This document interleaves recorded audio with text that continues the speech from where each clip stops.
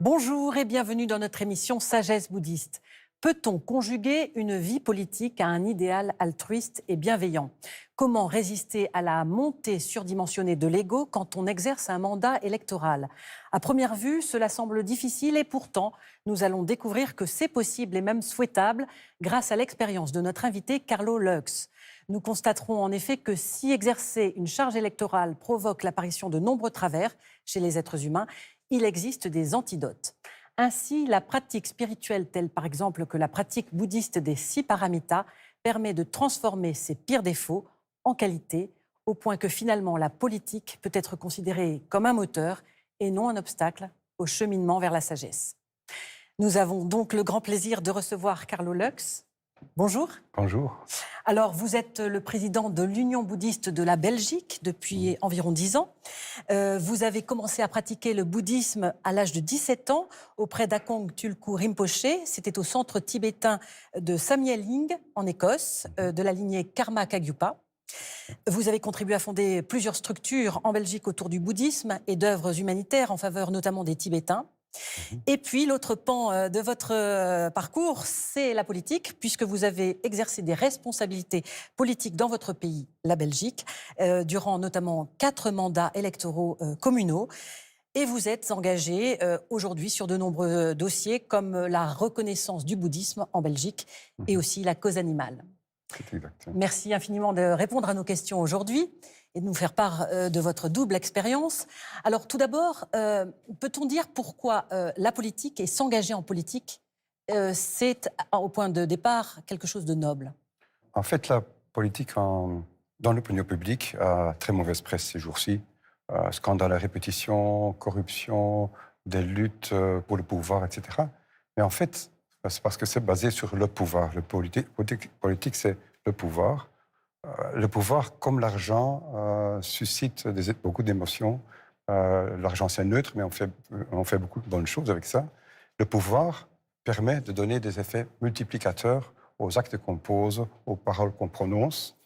Et donc, tout dépend de la motivation. Si on a une bonne motivation altruiste, si on veut entrer en politique par idéalisme, on veut changer le monde, on veut améliorer les conditions de ses concitoyens, ça c'est une chose noble, c'est clair. Oui. Alors justement, vous avez écrit un livre, un petit peu comme un mode d'emploi pour ceux qui veulent s'engager en politique, pour un peu les encourager, parce qu'il existe un accompagnement spirituel. Oui, en fait, ce livre ne s'adresse pas seulement aux personnes qui veulent entrer en politique par idéalisme pour pouvoir garder leur intégrité. Ça, c'est le but du livre. En fait, c'est tout un parcours de combattant pour entrer en politique. Et puis, mais donc, au fur et à mesure qu'on gravit les marches du pouvoir, il y a cet idéalisme du départ, cet altruisme, commence à s'estomper par une série de pièges dont je vais parler. Mais donc, en fait, ce livre ne s'adresse pas seulement aux politiques, à ceux qui veulent entrer en politique, mais à tout le monde. Parce que dans le monde des affaires, dans le monde associatif, dans la culture, même dans la spiritualité, il y a des jeux de pouvoir.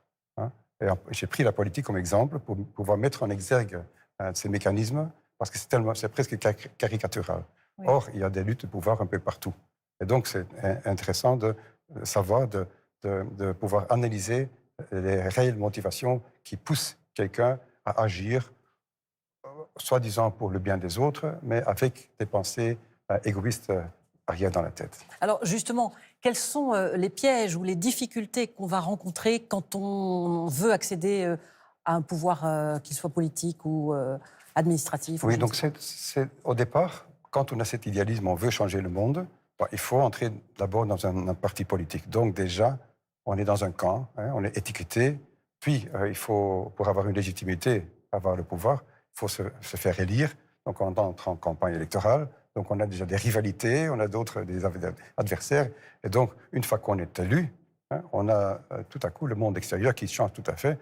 Quand on est député, ministre, les gens s'inclinent devant vous, se prosternent presque devant vous, quand vous êtes beau, quand vous êtes intelligent. Heureusement que vous avez été élu. Et donc, là, ça s'opère le danger d'une confusion entre la fonction, les gens s'inclinent devant la fonction, et la personne. Et donc, celui qui a le mandat commence à prendre ses marques d'estime pour sa propre personne. Et donc là, il y a tout un engrenage que je vais peut-être expliquer plus tard. Justement, vous dites que l'élu semble confronté à une série de pièges que vous classez parmi les 5 poisons mentaux du bouddhisme vajrayana. Est-ce que vous pouvez nous expliquer ce que ça veut dire? Et en effet, j'ai pris pour démontrer tous les pièges qui jalonnent le chemin de la carrière politique et dans lesquels on risque de tomber si on n'a pas une capacité d'introspection, de se remettre en question. Mais ces pièges, je les ai, pour l'organisation, classés dans les 5 notions perturbatrices. Donc la jalousie, il y a la colère-haine avec l'énervement, la vengeance, la haine, etc. Il y a aussi, troisième, l'orgueil, l'orgueil avec le narcissisme, la mégalomanie, l'égocentrisme prononcé. Il y a la cupidité, la convoitise, l'amour de l'argent, etc. Et puis, il y a aussi la confusion il y a des phénomènes comme l'obstination, le mensonge, etc., qui trouvent leur source, en fait, dans la confusion. Oui, ça fait une grosse liste de grands défauts, effectivement, qu'on peut acquérir. Alors, est-ce qu'il y a des qualités requises au point de départ pour éviter de tomber dans ces pièges quand on veut se lancer en politique? C'est surtout avoir une capacité d'introspection, de pouvoir se remettre en question. Et dès le départ, quand on choisit cette voie pour faire du bien dans le monde politique, bien scruter sa conscience pour connaître sa motivation, la réelle motivation. Est-ce que je veux vraiment aider les autres ou est-ce que c'est pour me mettre en lumière, pour ma propre gloire, pour aussi peut-être un certain gain matériel et aussi pour le pouvoir qui est comme une drogue. Le pouvoir, comme la drogue, est addictif et on n'en a jamais assez. Dès qu'on prend un petit peu, on veut un plus. Et donc, quand on est maire, on veut être député, on veut être ministre, puis Premier ministre, secrétaire général des Nations Unies, empereur de l'univers, et donc il n'y a pas de limite. Ce qui, un lama un jour a dit que ça démontre que l'esprit n'a pas de limite. C'est une preuve de la vacuité dont on peut parler. Oui. Alors, quels sont les outils que propose le bouddhisme, justement, pour aider celui qui se lance en politique? J'ai pris les 6 paramitas du bouddhisme Mahayana parce que c'est vraiment des moyens pour appliquer dans la vie de tous les jours, que ce soit en politique ou dans n'importe quelle activité humaine. C'est la générosité, c'est l'éthique. Quand on prend l'éthique en politique, voilà, il y a la patience, il y a la persévérance, et il y a la concentration méditative et la sagesse. Alors, on va essayer de développer un petit peu chacune de ces paramitas. La générosité, par exemple, comment la développer?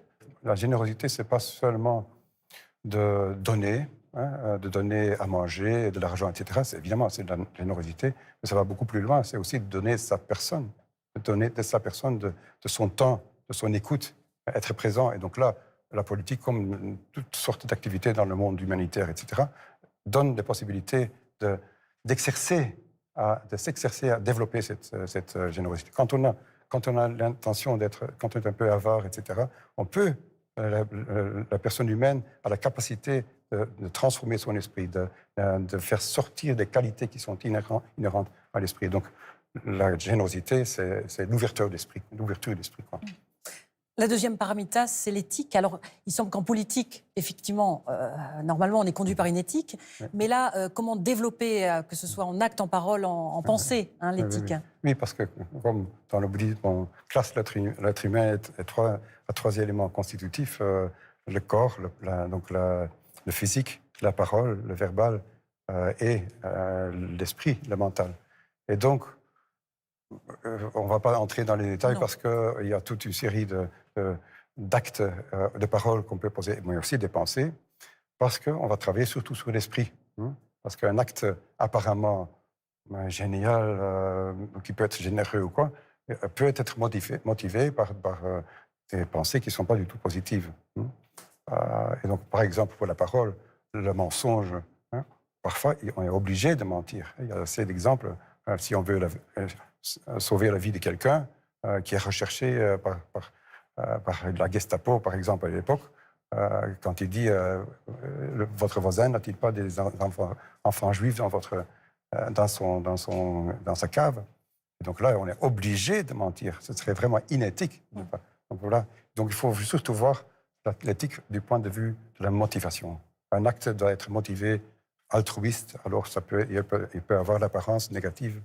Et c'est ça qu'il faut compter. Donc là, nous sommes la seule personne qui est juge de sa propre personne, de sa propre conscience. On ne peut pas juger les autres. Alors, on n'aura pas le temps de s'arrêter sur chacune des dernières paramitas, la patience, la persévérance, la concentration méditative et finalement la sagesse.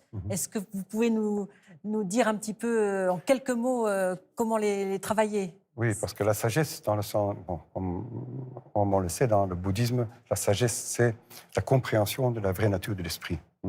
Et donc, les paramitas, les 6 paramitas, ne peuvent être, les 6 perfections, ne peuvent être parfaites que par la sagesse. La générosité nécessite la sagesse pour être réelle, et on peut le dire de chacune des paramitas. Donc, la sagesse est vraiment fondamentale, et donc c'est ça qu'il faut développer. Oui. Alors, pour conclure, Carlo Lux, on a compris que finalement, quand on fait de la politique, avoir un accompagnement spirituel peut vraiment nous aider à conserver notre intégrité, notre idéal. À l'inverse, est-ce que la politique, l'exercice de la politique peut empêcher l'épanouissement spirituel?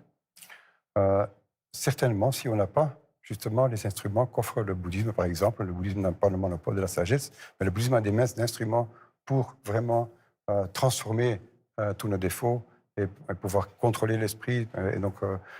Mais donc, d'un autre côté, par exemple, quand je faisais chaque année mes retraites, 1 mois, 2 mois, 3 mois, sur une île écossaise, tout seul, dans une grotte en Espagne, dans une cabane quelque part dans la nature, on peut avancer dans la voie de la sagesse, mais on n'a personne qui est là pour titiller. Il n'y a personne qui va susciter votre jalousie ou votre colère, etc. Et donc, quand on a cette base de pratique, que ce soit une pratique journalière méditative, le monde, aussi bien des affaires que de la politique, que d'autres contextes, permettent de voir si on va être jaloux, on va être orgueilleux, etc. Et donc, on peut tester. Et donc, en fait, le monde professionnel ou politique devient un laboratoire dans lequel on peut travailler pour se parfaire, pour transformer ces émotions perturbatrices en sagesse. Donc, c'est un moyen habile, comme on dit. Ce sera le mot de la fin. Merci infiniment, Carlo Lux, d'avoir répondu à nos questions aujourd'hui. Merci. Avant de nous quitter, voici quelques propositions de livres en rapport avec le thème de l'émission. Tout d'abord, bien sûr, L'intégrité en politique.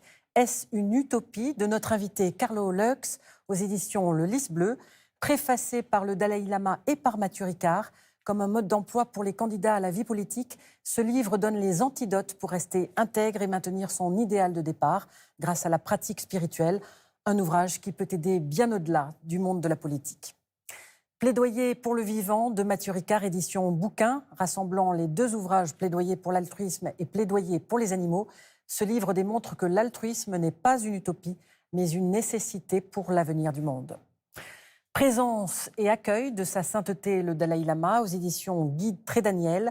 Dans ce livre, le Dalai Lama enseigne pourquoi rester dans l'instant présent est gage de compassion et donc d'altruisme. Ces enseignements expliquent comment y parvenir. Et puis Sagesse bouddhiste, le MAG, numéro 24, comprendre les émotions pour mieux les vivre. On y trouve notamment des articles qui font écho à ce que nous avons dit à propos de la politique dans notre émission, des articles sur l'écoute profonde de soi et des autres, mais aussi sur le stress au travail et la façon dont on peut le maîtriser. Voilà, c'est la fin de notre émission. Vous pouvez la revoir durant 1 mois sur la plateforme de France.tv. Merci à tous et très bon dimanche.